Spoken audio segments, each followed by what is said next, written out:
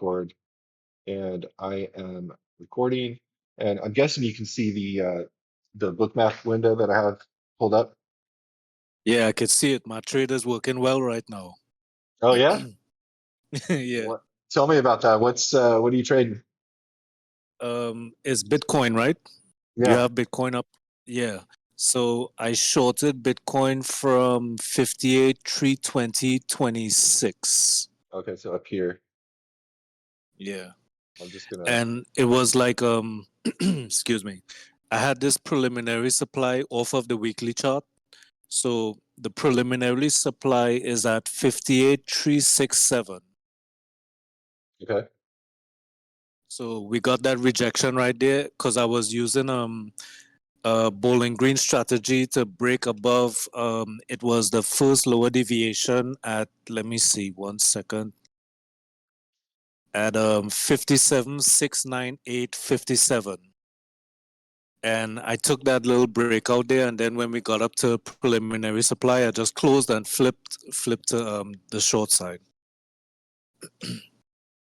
Oh, very cool. So when it bounced up, that's when you entered and you took it short from usually it's 58,790 or something like that. 58. Wait, hold on. Yeah. I gotta wait. I think it's 58,228. Oh, 58,228. Okay, gotcha. Yeah, that's the short. So right around there. Because I can't come out of Discord to look at it on TradingView because I think I'll cut off from Discord. Oh yeah, that's fine. Don't worry about that. I was just, I was just playing around with the settings, hoping I can get this to work, and we're testing that now. So I think it seems like it's working. I'm just Yeah, looking at the bookmap, the volume profile, and I have it set to delta. I think you can see my cursor floating about in that area. yeah, So yeah, you notice how it's very green, right? That means there were more buy orders going through right here than there were sell orders. Um, yeah, so that's a pretty good sign of, there was absorption happening there. All these buyers got sold down onto, and yeah, once it broke that peak, which was, right about where you got in, it's been yeah, on, pretty much on a downhill swing since. yeah. So that's kind of interesting. It's something I've been playing with because I usually don't use the delta setting. I think I usually have it set to show both, but it might Okay. be, see if I turn that off. Yeah, so if I turn it off, you get the red and the green kind of combined there. But with the So delta, do you have the session volume point of control or the session volume profile? so Because this is just the chart volume profile. so you can switch back and forth, right? So there's the Mm-hmm. session right there. Yeah, Right. yeah, it's Excuse me. got VWAP. Um, I just V. downloaded this version of Bookmap from their website. This is like the free version. It's crypto only. Yeah.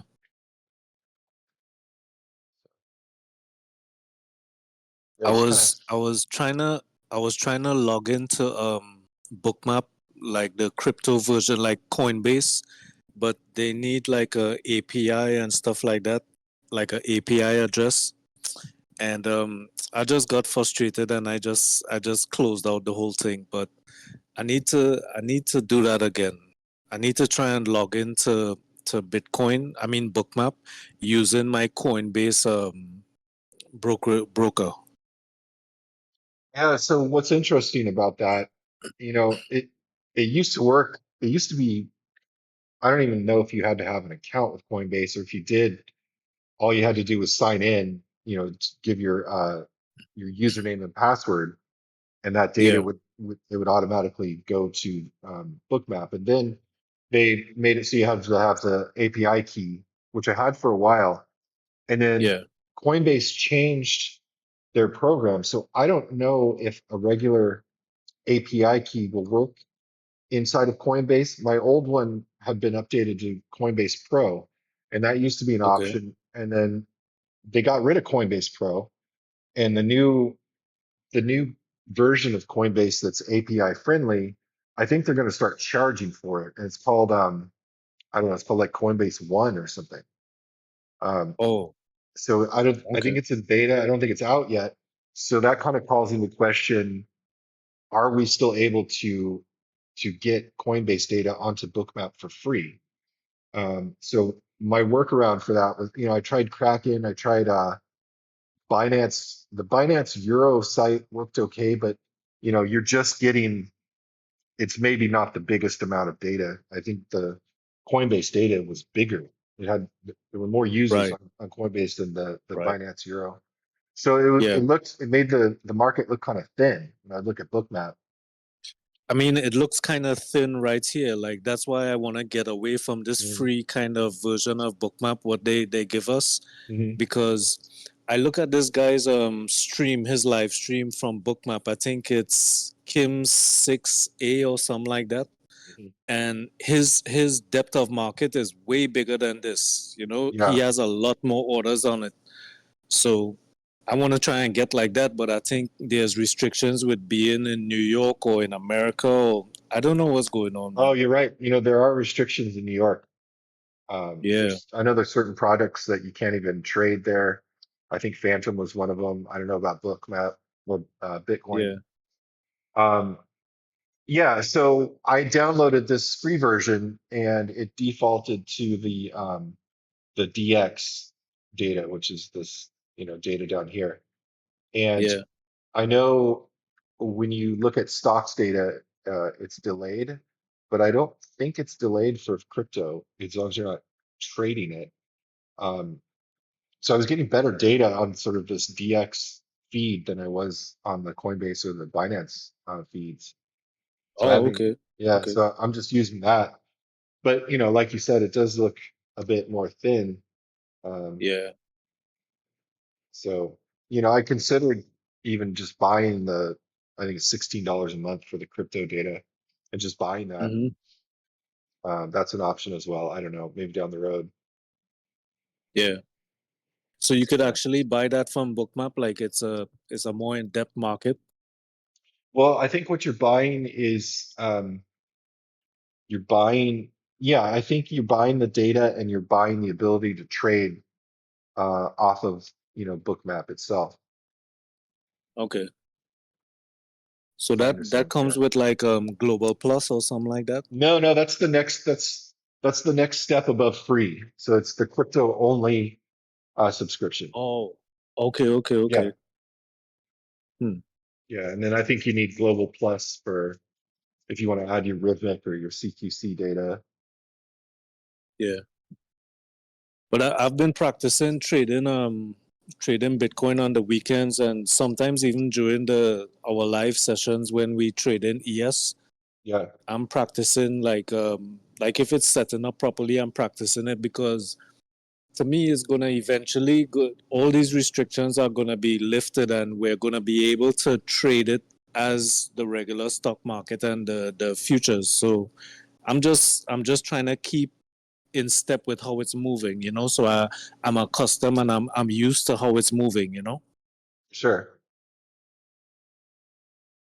Like Yeah, this trade I'm in right now, like catching this trade is like I'm just I even use my I'm testing out my strategies on Bitcoin itself. Like this bowling green strategy I'm trying to work on. I'm actually using it on Bitcoin itself and it's working good. It's working good. that's awesome. So if I remember correctly, it was kind of a mean reversion strategy coming off of the outer VWAP.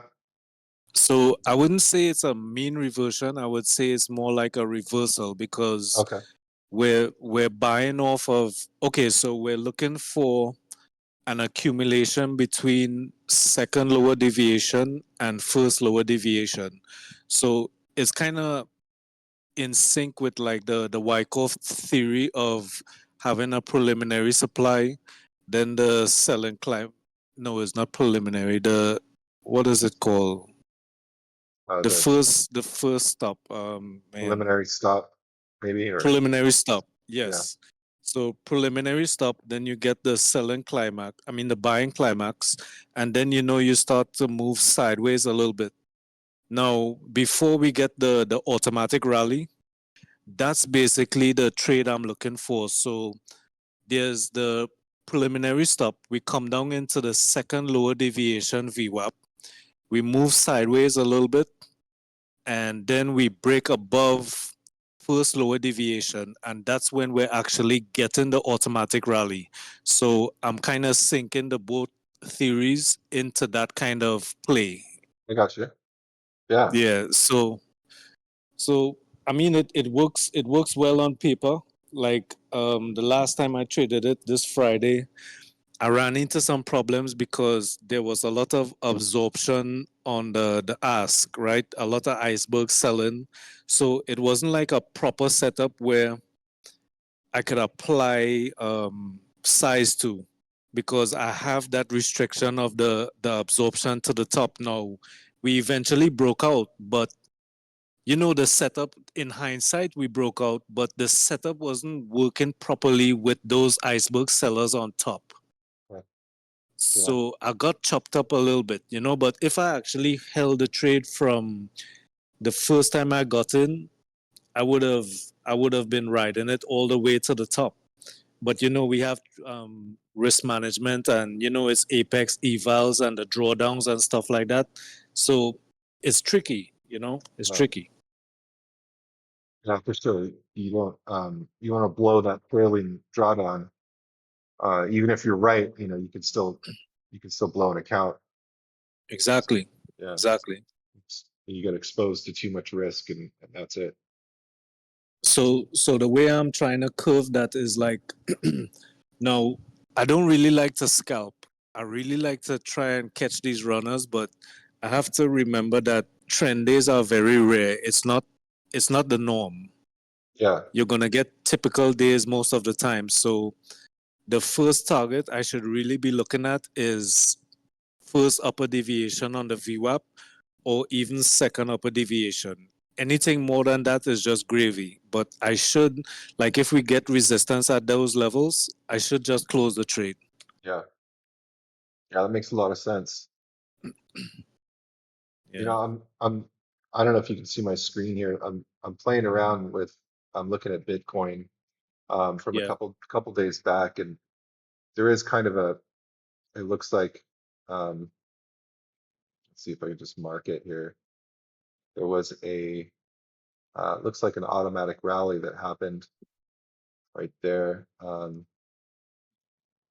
just bring this back up to here, and I'm gonna change this to red.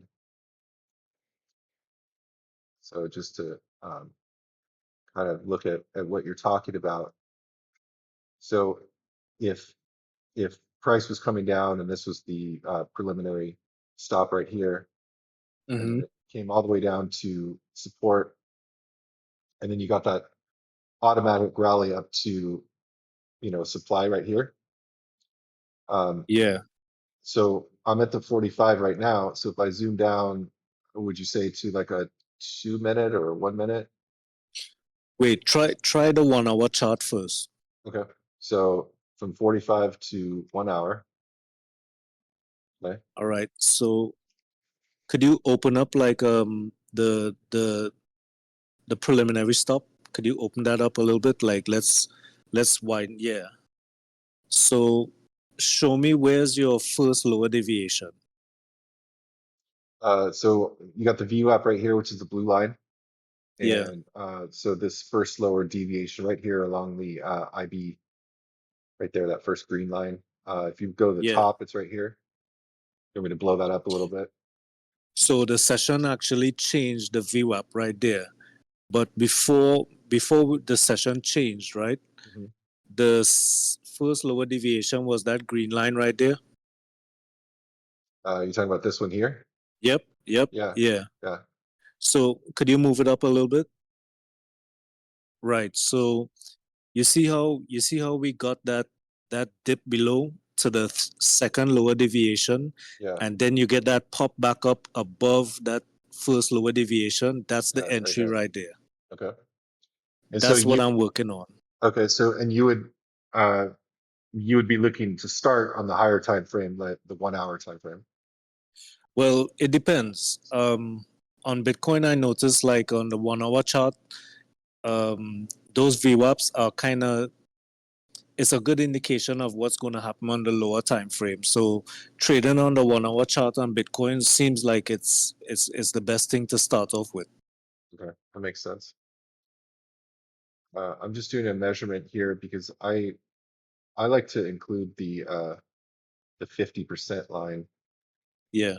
because a lot of times I have better luck just using that as a more likely target. So I'm just going to add that out of curiosity. I'm going to not dye it. I'm going to color this black, and then we'll get rid of this fib here. So, you know, the way I might approach this, if I thought this was an automatic rally, for safety, I might look to, shoot, I kind of lost it. Here we go. So I might look at, that first lower deviation touch, or at least where it reversed. You got this little bullish order block right here. And Hmm. as it broke, um, the first outer lower VWAP and started to head back Yeah. up towards the blue VWAP line, Yeah.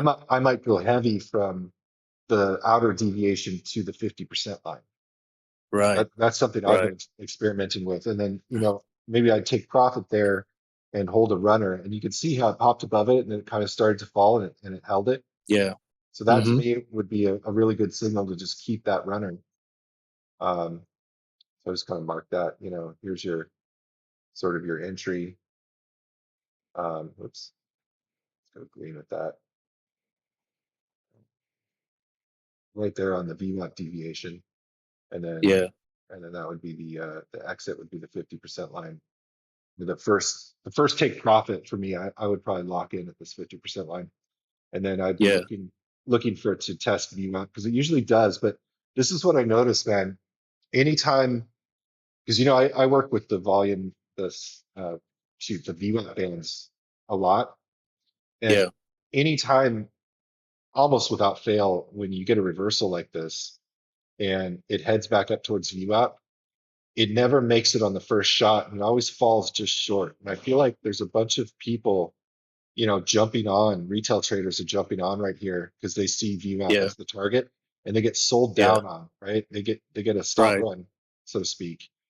And Yeah. so, you know, this is helping me a lot talking to you about this, because I can really see how this level here held. So that would Yeah. that would keep me in the trade somewhat. I would still be aiming for VWAP. And then once we got over here, it gets a bit dicey because, you know, it went below. It shot up to that high, and then it went back below VWAP, and then it went above it. Hmm. So it's a little choppy right here. There's no guarantee that it's going to keep going. Yeah. And just out of But curiosity, you'll but you notice, see where it wicked out there?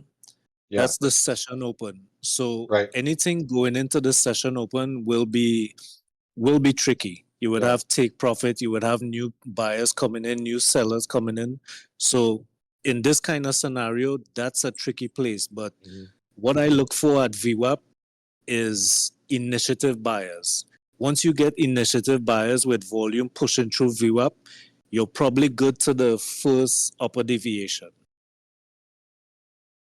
okay, But that this yeah, strategy you have here with taking profit at VWAP, that'll have like a high win rate, I think, with like if you take that reversal, like how I like to take that bowling green.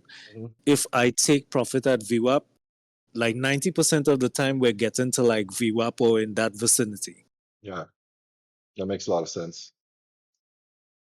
So maybe I could try like sizing up on that and try and take like maybe 75% off, and let's see what happens with the rest. Mhm, yeah, for sure. So I'm just looking at this is Monday, 12:30, June 24th. So let's see if I can get back to that, because I want to take a look at the 1 minute. Friday, Tuesday, Tuesday.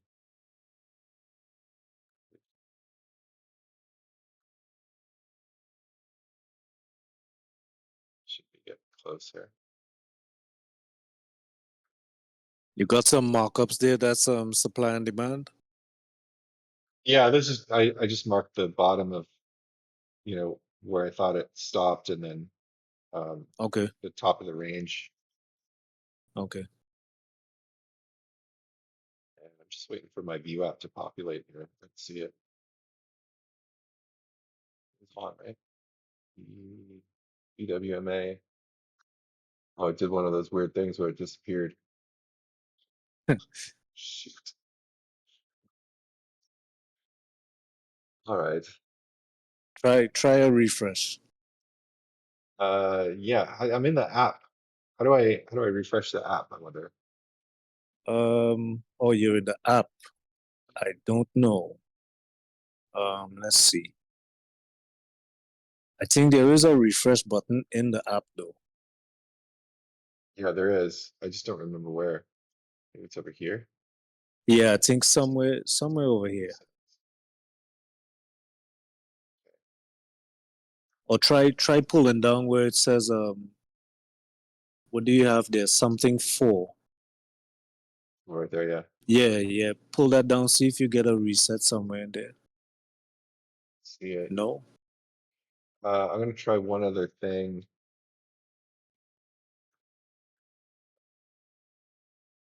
Shoot, I'm looking here for my indicators, and this layout is different than different than my phone.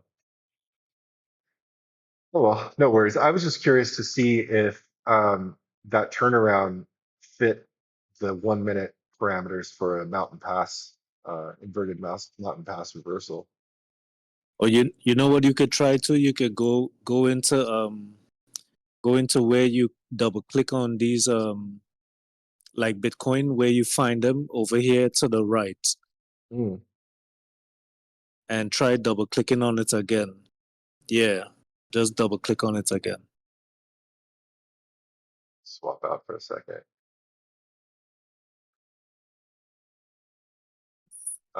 You know what I'm going to try to do? Let's see if I can pull up where it's Yeah. hiding, but pull up the indicators. There we go. Indicators, VWAP.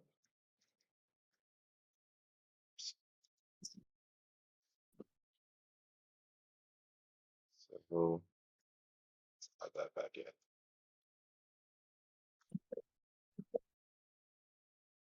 There we go. It's a different version, but that's okay. Yeah. So I'm just going to add the second band multiplier, and it should be pretty good. Change that to red. Yes. Nope, that's not right. So is there any benefit for using the app over like the web? You know, it depends on how it's set up because, you know, my app should sync with my phone. So, Okay. everything's the same. Yeah. Um, so I have the app set to sync with the phone because I do a lot of stuff on the phone. So that seems to kind of help. I have like a really big monitor, and when I open the app, it's not sized properly. It's like it's too big, Mm, and I don't know how to resize it. Now I could resize it easily with the web. You just go down to like 50% on the zoom, but on the app, I can't do that. I don't know how to do that. yeah. Is it the logarithmic versus the algorithmic setting or whatever? I don't know. There's a there's a setting in here. Let's see, it's a settings, chart settings, and um, it the logarithmic kind of sets the shape of the chart via percentages. So it kind of has Okay. like a compression effect. It works better on higher time frames, and then on lower time frames, you don't want to use that because you don't want it compressed, if that makes sense. Okay, I'll try that because I didn't go into that, so I'll try that. Maybe I could use the app as well. Yeah, there it is. Because these apps are supposed to be a little more stable than the web, right? Yeah, it seems that way. So I clicked on, see this little, settings menu icon right here, Yeah. and that brought up this option for logarithmic, which is not checked. So I'm not on logarithmic, which is good. Okay. But Maybe I need to use that and it'll size out properly. yeah, that might be what's happening. That's the first Okay. place I would check.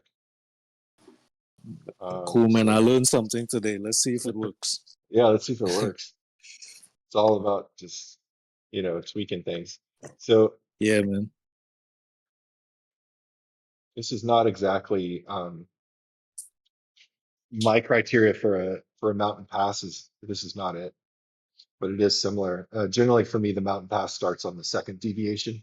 It's a reversal. This reversal actually happened underneath the first deviation, but you can see that there was a V-shaped reversal that Yeah. then went tested the line, went below it, and then broke through it. So that's positive. Um, and like I was saying, if I got that break and reversal right there, I would expect this to hit VWAP, which it did. Yeah. So that's cool. I learned something too. And starting to understand the bowling green strategy. Yeah, man. So, But it's really easy, man. It's just like I think just managing it is the hard part. You just have to, well, I have to just execute it more and more. So I get like the little nuances. Like last Friday, like I was saying, if I'm seeing the iceberg sellers hitting on top there, then it's not really a great setup. And I should probably take profit earlier because what I did was I let it go up to like, I think, second upper deviation where I'm in profit. And then it's pulling back on me and it came back all the way to VWAP. And, it's just killing my drawdown. You know what I'm saying? I know exactly. So Yeah, you're losing your safety net, your drawdown because it's pulling back, and that hurts you.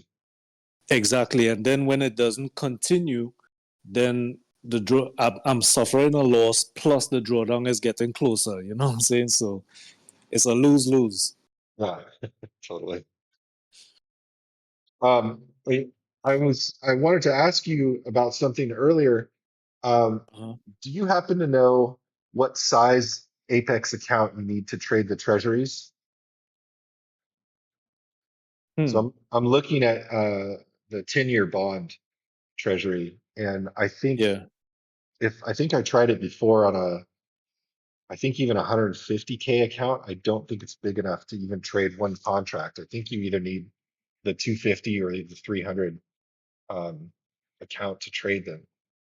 Yeah. I think you need the 300, and it's gonna be tricky because that size is gonna blow you up immediately. Right.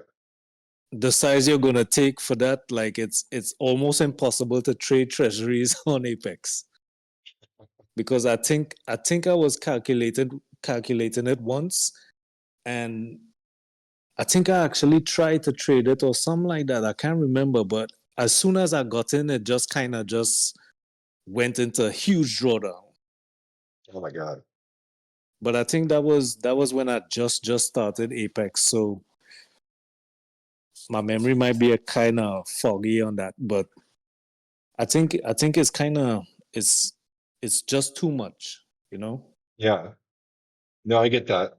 It's just something that I've been reading a lot of John Grady, the No BS course, and he really advocates for trading the treasuries, but he also trades them with like a 1 to 2 tick stop loss. So he Yeah, doesn't he doesn't let it go very far at all. And there's some entries that I've been working on trying to get better at in ES, but there is so much volatility inside ES that it can pull back on you several ticks before it goes. So if you're just sitting there with yeah. a 2 tick or a 3 tick stop loss, there's a strong likelihood it's going to get hit, and that's going to get hit over and over. Well, So I I actually saw a guy on Bookmap. His name I think is Roger something, and he has like this VWAP strategy, and he's using like 5 ticks on this strategy, but Mhm. he's really scalping off of like VWAP and I think first lower deviation, second lower deviation. Like he's taking profit real quick, Yeah, but he's only using like a 1.5 stop, and he's using like he's using big size, like huge size, you know. right. So I think it's kind of crazy, man, because I tried using even like a 2 point stop, and you get wicked out of that real quick. Mhm.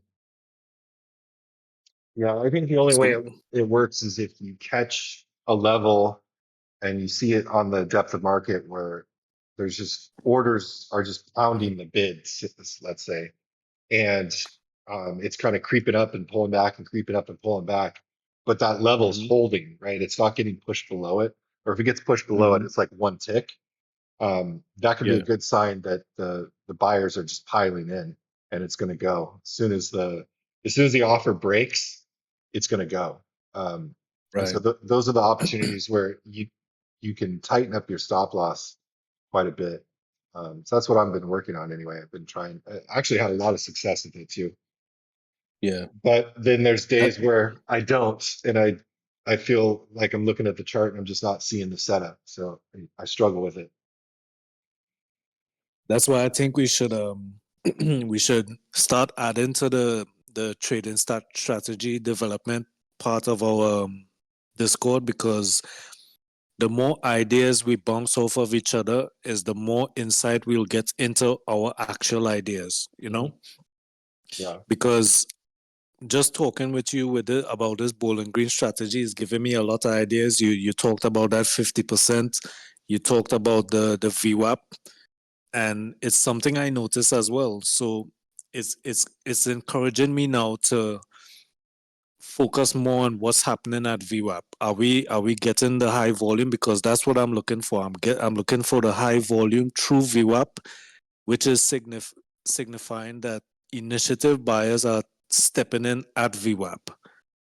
Yeah. Right? Once you see that, you're probably good. You know, if you don't see them coming in at VWAP or just below, that means that the institutions are not buying at VWAP, Yeah. which is kind of strange. If they want to go long, why wouldn't they buy at VWAP? That's their spot, Right. you know. So it's just bouncing off the knowledge of each other, and we could probably develop some really really good strategies, man. Yeah, I agree.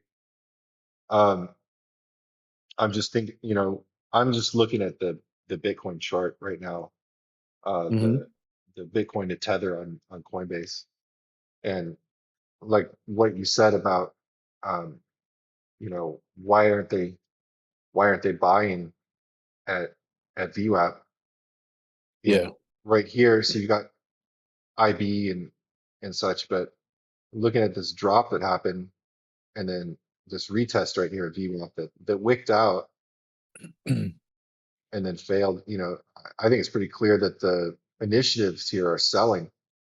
They're selling, Exactly. so it's hugging underneath, and I think that can be a real clue, as to what the institutions are doing. I do think Yep. these institutions use VWAP, at least, if not all the other indicators. I do think they Mm-hmm. use VWAP as, I mean, that's your average price that they're always going to come Yeah. back to. They're going to want to sell from that, or they're going to want to buy from that. So right now in this scenario, they're selling. Yeah. What's going to happen on the larger time frame is probably up for, some discussion, but just what I'm seeing right now. Because this guy from Bookmap, Roger, he was like a hedge fund manager, I think, in China at one time, right? So he has a bunch of like hedge fund friends and stuff like that. So that's how he developed his VWAP strategy, because he knows from what they're saying to him, that's where they buy and that's where they sell. You know, they set all their algos around VWAP. That makes So sense to me. once he sees certain activity around VWAP, he knows, okay, they're selling, okay, they're buying. You know, so Yeah. I'm taking that into account for sure. Yeah, that makes a lot of sense. They always tell us to look at that, you know. Yeah. So But you see, like when we hear about this stuff, just like okay, VWAP is the volume weighted average price, and it's just a line on the chart for us, right?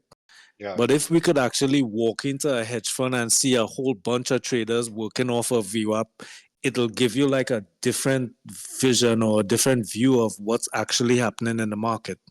So I'm trying to grab onto what he says because if he's talking about what his friends are doing, I should really take that into account. Like it meant more to me when he said it, you know? yeah, I get that. Um, something that you said just a second ago kind of stood out to me.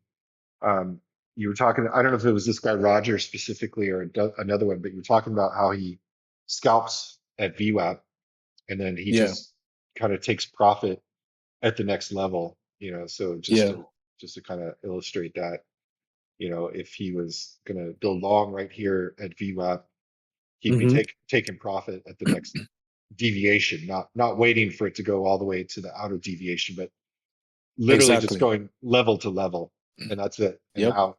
yep. And that's something that Grady talks about a lot too. And Grady is not big on charts and indicators, but Mm, he's looking at the same levels on the depth of market. And his whole thing too is like once the momentum stops, and you see the momentum right here, it kind of peaks on this blue candle.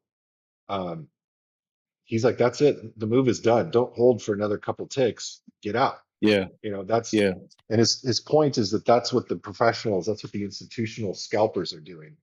And right, that's another point that he made was that that's why you see ES shoot up, 4 or 5 ticks and then pull back 2 ticks. It's because they're right. taking profit on the way up. Every 2 or 3 Yes. ticks, they're dumping out. And like you said, this guy he's using real size, right?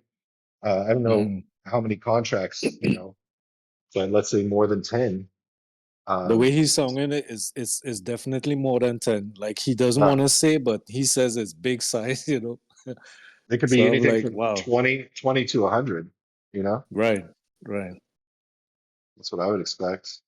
Um, and that was another Yeah. question I had too. Grady was talking about at some point you have to trade size. And I'm going, well, what is size? Because to me, one contract Mm. is size, right? At least in the beginning.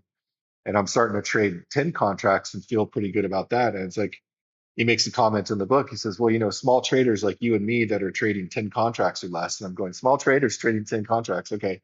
So I need to open my horizons even more. So Yeah, so the institutional traders, the ones that have real backing, they could be yeah, trading 20 contracts to 100 contracts to 1,000 contracts. I mean, you see 1,000 right. contracts hit the Because hit the dom, you could see them right? on the book, you know, Yeah, on Bookmap, you could see them. Yeah, exactly. Yeah. And this is another thing I love about you're diving into Bookmap so much, and sometimes it seems a little different from Jigsaw, but yeah. ultimately they're both just visualizations of order flow. And so it, Hmm. it all comes back to the same thing. I feel like we still speak the same language despite that. Yeah, it's all the same market, you know. We're looking at the same thing. So it's Yeah, just different ways of looking at it. yeah, for sure. And I actually I think I was talking to you last week and I was talking about how I reduced my size to like micros, like 5 micros and stuff like that.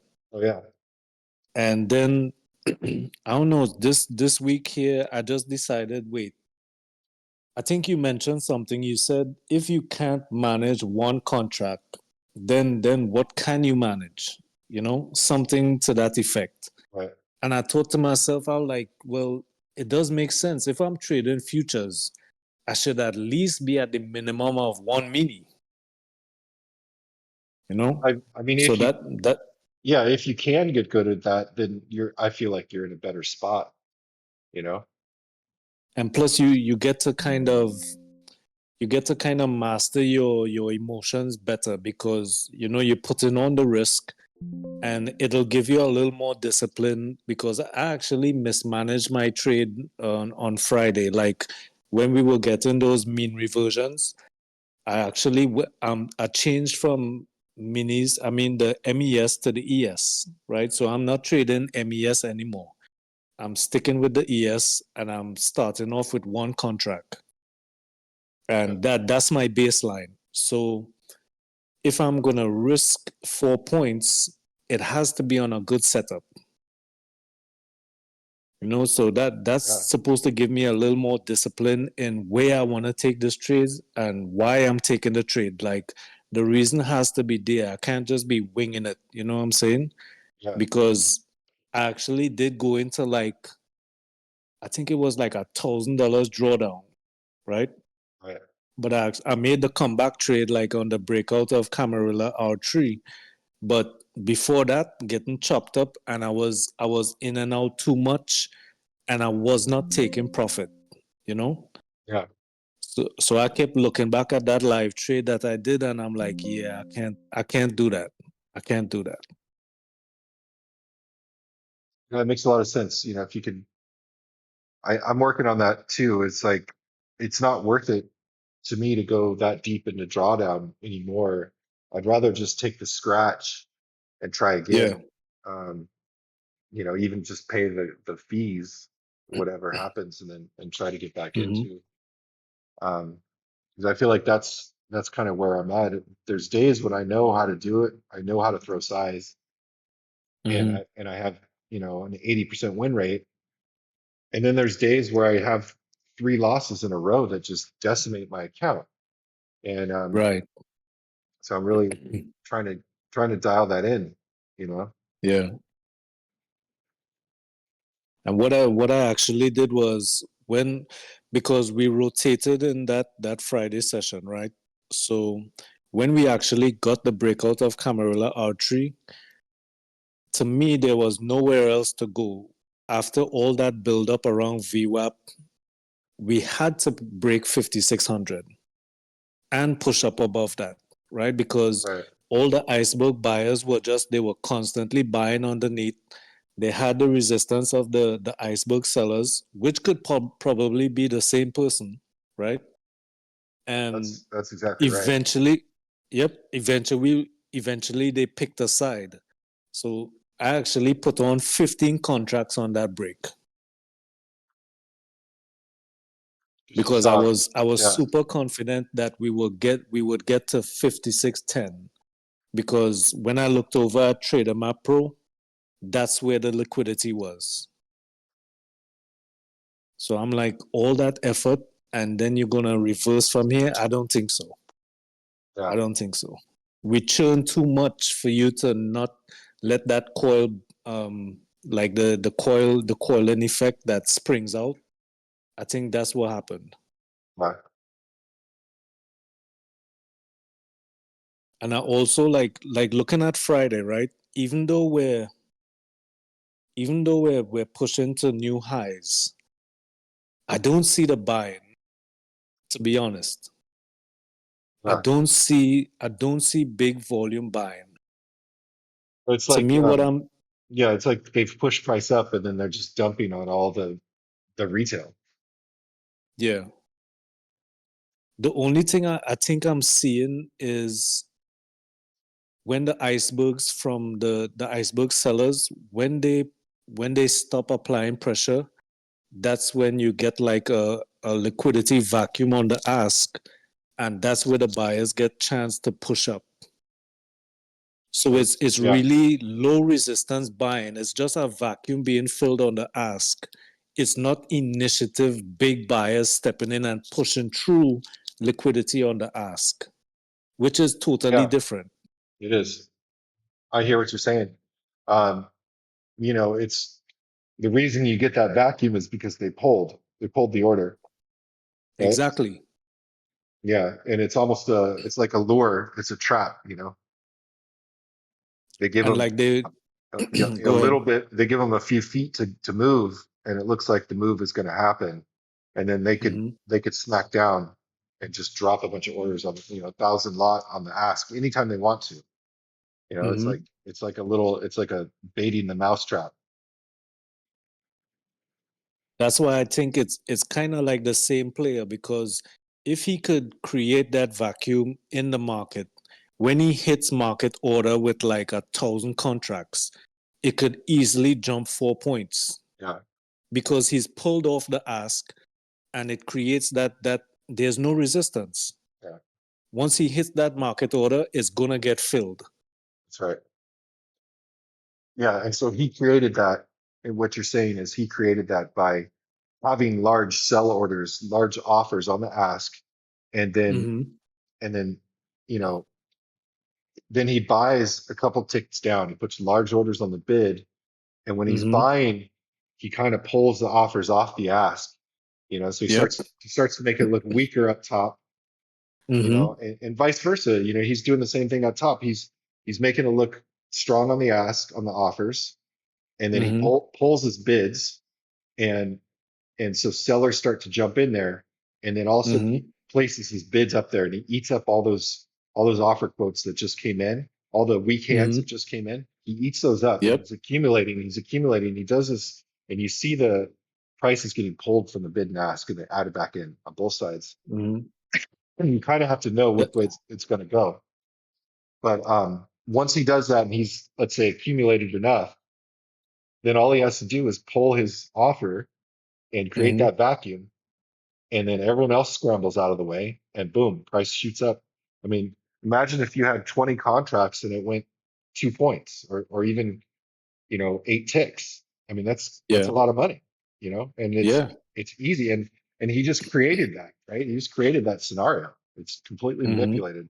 Yeah, yeah, they No, do it that's the SEC says that's illegal, but it happens every day, all day, all day long. which is crazy to me. I'm looking at it on Bookmap like, but you can't pull that order, but you just did, Yeah, and they're not sending you no violations. I'm like, this game is totally rigged, man. that's right. Yeah, it's supposed to be illegal, but I read a statistic this morning that said uh, more than 80% of offers, quotes that go on the bid and on the ask get pulled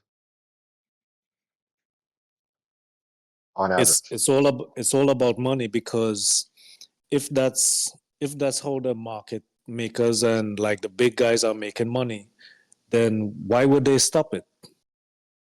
Yeah, They won't stop it, because that's how the market is actually making money. yeah, So that 100%. that violation is just there for people who, I don't know, if they don't like you, then they send you that violation. You know what I'm saying? Yeah, totally. I want to show you something just kind of while we're on the topic of VWAP. Can you see Mm-hmm. my, I've got this black Ninja Trader chart up. Yeah, I can see it. Okay, so I've got the VWAP lines on there. If I go up top to the indicators, so you'll notice in here that the standard deviations are not set to 1, 2, and 3. They're set to 1.28, 2.01, and 2.51, and Mm-hmm. 3.1. And inside Trading View, they default to 1, 2, 3.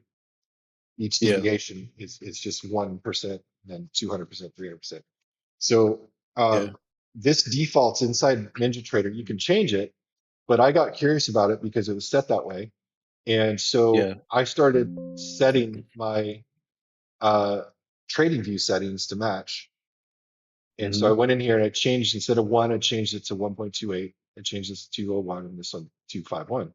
And so, Okay, what that does is this creates, the first two deviations are very wide, and it gives you roughly, 68 to 70%, just like you would on a bell curve.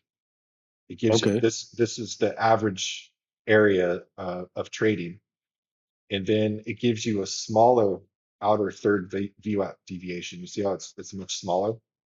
right. Um, and so for me, that was a way of tightening up and not, you know, reducing my expectations on how high it can go.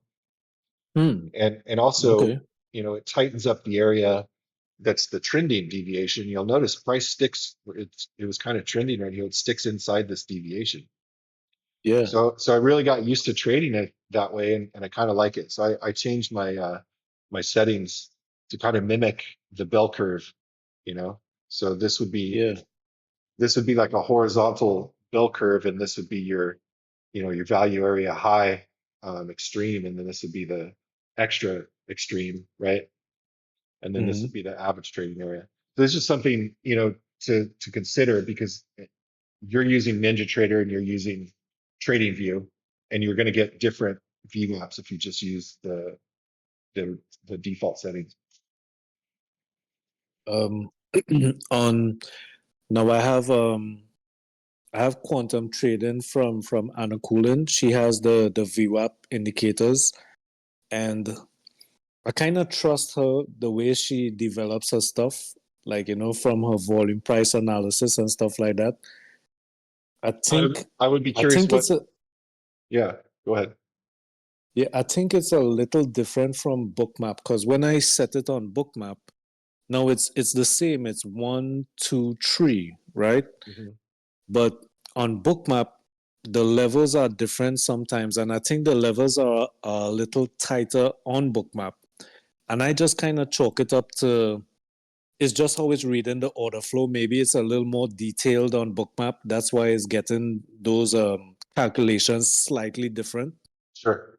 But what you're saying might be correct. Like those little point 5 1 and stuff like that might make a little difference.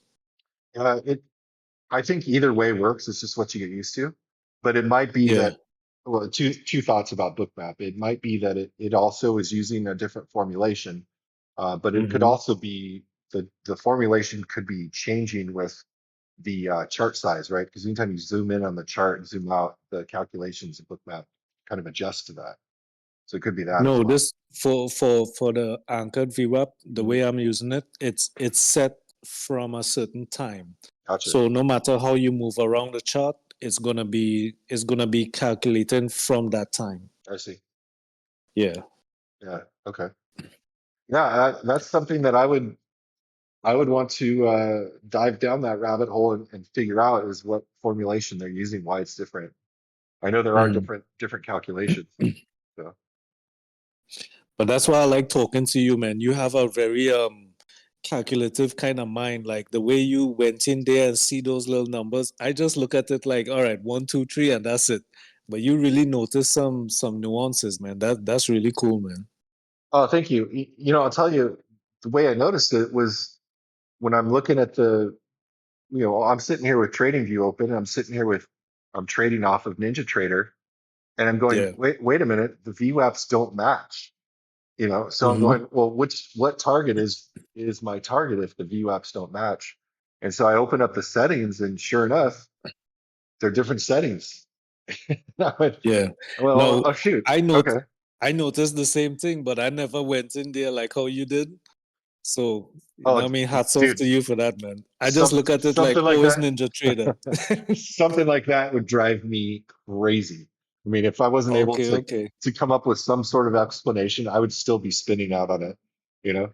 You know what I thought? I always look at Ninja Trader as kind of clunky.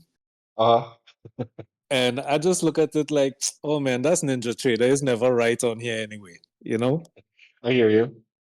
I kind of Because felt that way too, and then I started to think of it as, you know, NinjaTrader is highly adaptable to whatever you put into it. So it's only going to be as smart or dumb as you know, create it to be. It's kind of a yeah, blank canvas in a lot of ways, but it does so many things once you get into it. So like yeah, even the Camarilla pivots and the floor pivots, no, it's never the same as garbage. my quantum trading No, pivots. yeah. Well, you and I have run into that too with the trading view pivots versus the quantum pivots. Mm-hmm. Yeah, they're Mm-hmm. different formulation. Yeah. Yeah. Well, and similar, you know, they're usually within a few points or a few ticks, but Yeah. you know, Yeah. there's some difference there. And that's why I kind of go with because I trust Anna Cooling. The way she thinks about the market, I have a very similar point of view. So if she tweaks anything, or I think she said that she added a little bit of Fibonacci in her camarellas. How she did that, I don't know. It's like somewhere in the programming, but she said she added some of that into it. Oh, that's interesting. And to me, it works really good. It works really good. Well, that's the main thing is it works. Once you get a Mm-hmm. feel for something that works, I've got the Mm-hmm. I've got the pivots plus alerts version 2 indicator pulled up just to show you. I think you've seen this already, but you have the option for Camarilla, traditional, Fibonacci, Woody, classic, and DM. And Yeah. I don't even know, first of all, what the difference between traditional and classic is. I think they're the same. Fibonacci, I kind of understand what that is, but Woody and DM, I don't even know what those pivots are. Yeah. Yeah, what You're gonna calculate? gonna have to Google Yeah, that. yeah, exactly. Um, Yeah. but they're similar. Oh, there's one thing I noticed that sometimes your value area high on the market profile and value area low is different from mine. Mhm. Which one do you use for value area high, value area low on the market profile? Yeah, so um, well, you're talking market profile or volume profile? Market profile. Okay, so So so that's when you're probably it right saying there. that, is it volume profile? When you mentioned those in the chat, Yeah, that's exactly. volume profile Yeah, levels. exactly. Oh, okay, okay, Yeah, okay. All right. and the Okay, reason got you. the reason why is because I got really good for a while at using the volume profile value areas, Mm, but I use market profile especially in the morning to look at the pre-market highs and lows on the 30 mm-hmm. minute the 30-minute what do they call it? This 30-minute single prints, right? Right. And I don't necessarily even mark, well, to some degree, if there's a value area high and then there's been a retracement in the pre-market and it looks like it's going to bounce, then that would be my target. Um, Mm-hmm. but in that scenario, a lot of times it pairs up well with the volume profile. I also think that the Mm-hmm. volume, in this lower time frame, I think the volume profile targets for me, they get there sooner. It's not Okay. to, not to say that they won't reach the market profile. It's just sometimes it takes longer. If it's higher, for example, it might take longer to get there. Mm-hmm. So I use them a little differently. You know, I guess to put it more succinctly, I use the market profile for the macro, and I use Mm-hmm. the volume profile for the micro. That makes sense. Hmm. That makes sense. I think volume profile is more detailed in the other time frame players. Like volume is attributed to them. We could have a lot of price action that's not attributed to anything really. It's just a back and forth, Yeah, you know. And which is market profile is just calculating price action, right? right. But I think the volume profile is really calculating where the other time frame players are actually stepping in. Yeah, that makes a lot of sense. Yeah. Yeah, I'll just show you. Do you, So on this is the volume profile. So mm-hmm, this would be yesterday's or even this past session on Bitcoin. mm-hmm, And so, the value area high is based off that volume profile. You've got the VPOC right here, which is yeah, and this is on the 4 hour. So I'm yeah, just going to put the arrow right here.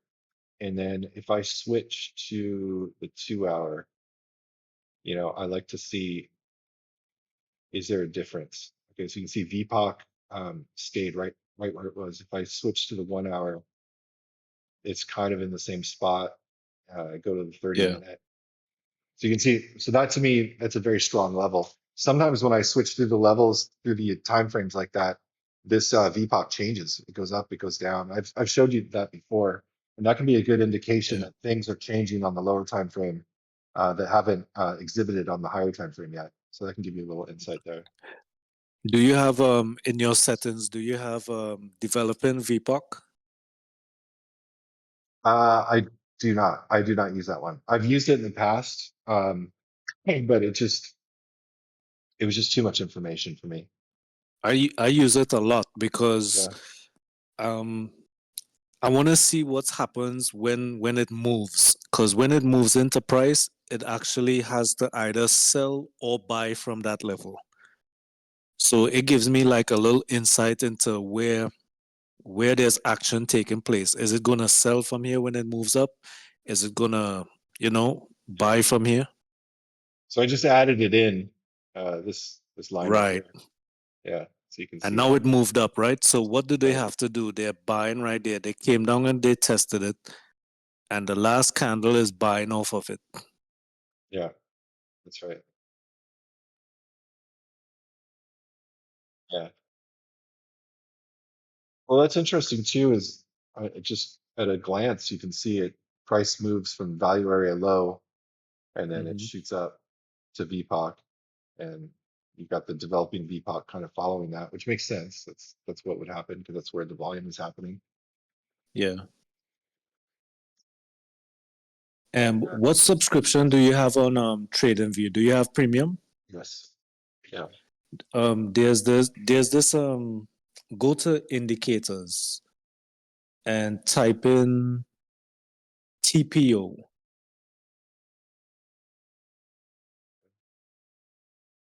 Right. You see that first one right there? That's the Mhm. new market profile indicator that they're working on. It's really good. That's where I find my Oh, cool. value area high, value area low, and the POC. Oh, cool. Oh, yeah, that's beautiful. Yeah. It's really cool, and you could do some adjustments. I know you're gonna go in there and mess with it. You know what I mean? Oh, for sure. Yeah. No, that's really cool to have. I really didn't like the old one, the old version. Yeah, It it was was. garbage. Yeah. Yeah, I mean, you got the value areas, you got those levels. A lot of times I would just close out the graphic because the graphic was garbage, but this is much better. Mhm. I like this. So Trust me, you're this, gonna like this one. This one is great. okay. Thanks for the cluing me into that. See, I learned something else already. This is amazing. Yeah, man. Yeah. Yeah, So this orange line, I guess that's the point of control. I think so. And Let's go then, into settings because I think you have to throw on the value area high and value area low. You could probably change the colors there. Yeah, inputs. Right. So where is it? Scroll down a little more. yeah, this is quite a bit to Yeah, that you can change. Oh yeah, I'm Asian trying session, this. London session. Where is it?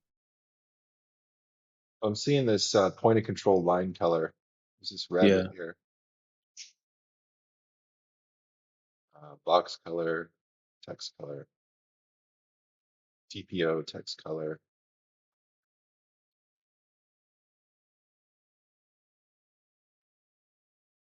Yeah, so the green is the out of value. I would just kind of tweak that so it's a little bit less visible. Same thing with this one. Just try that.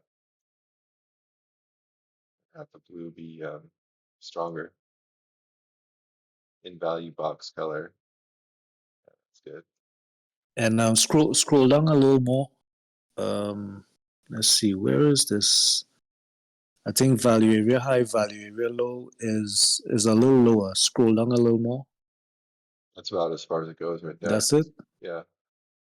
Um, Nothing there. So yeah, this I is, know it's right. It's I think, right there somewhere. is this not it? The out of value text color, out of value box color, No, I transparency. think it's scroll up a little bit. Oh, I see. So it has an in value line. So that's this would be your value area high and low color, that Okay. line. So that's that blue line right there. Yeah. Yeah.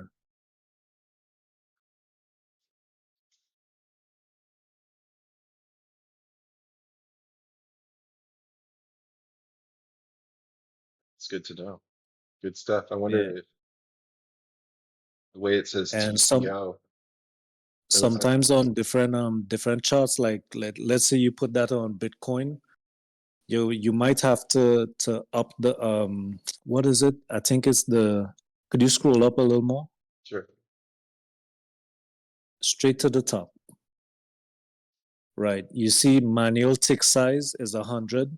Mhm. So the tick size on Bitcoin sometimes needs to be greater because the actual tick size is like 1,000 or something like that. So sometimes you might get like an error message and you just hop into there and you increase the tick size and then it'll populate.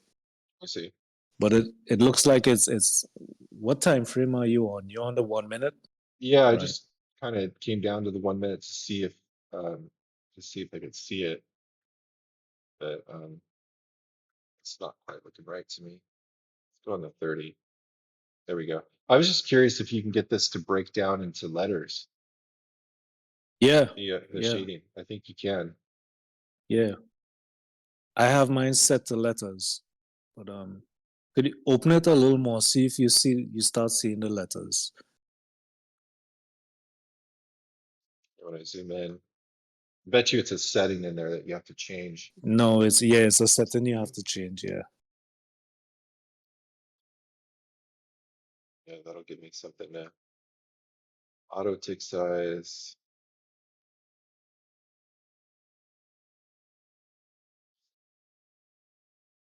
Not seeing it.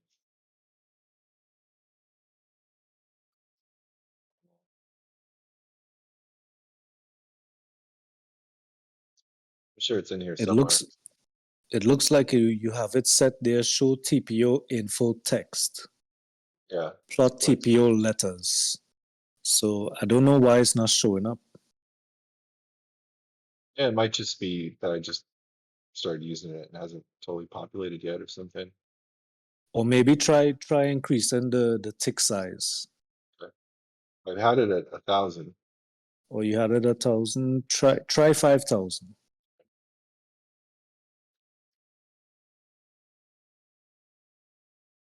It's still the same. Did anything happen there? No. But Uh, anyway, I know you'll mess with it. You'll yeah, mess with yeah, it. oh yeah, yeah, that's right. I will definitely mess with that. That'll Yeah. be fun.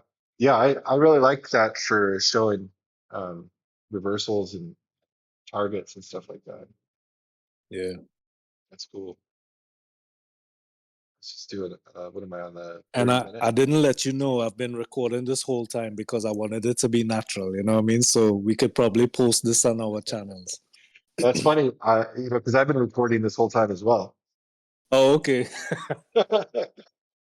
So, Oh, yeah, well, if you want to post it, I just wanted to use this to check the audio, because yeah. we're hoping to get together and chat tomorrow with Eli in the morning if you're around, Yeah.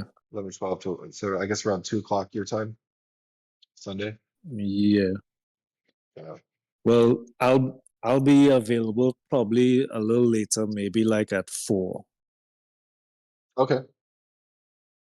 Well, we'll see what time we, Um, we get on there, and regardless, we've got a good session recorded here, so we yeah. could post that, and yeah, But maybe I maybe rec I will.